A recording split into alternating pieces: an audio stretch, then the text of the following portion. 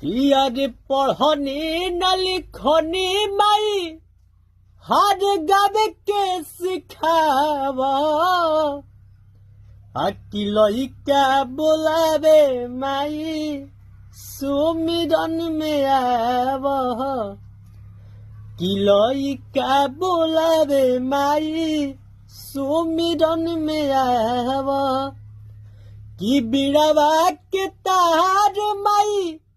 आज आके झनकावा किलोई क्या बोलावे माई सुमिरन में आवा किलोई क्या बोलावे माई सुमिरन में आवा।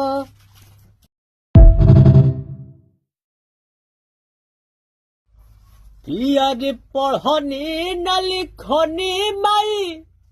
हर गावे के सिखावा अकिलोई क्या बोलावे माई सुमिरन में आवा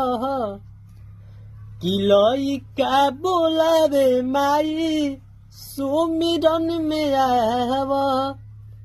कि बिड़वा के तार माई आज आके झनकावा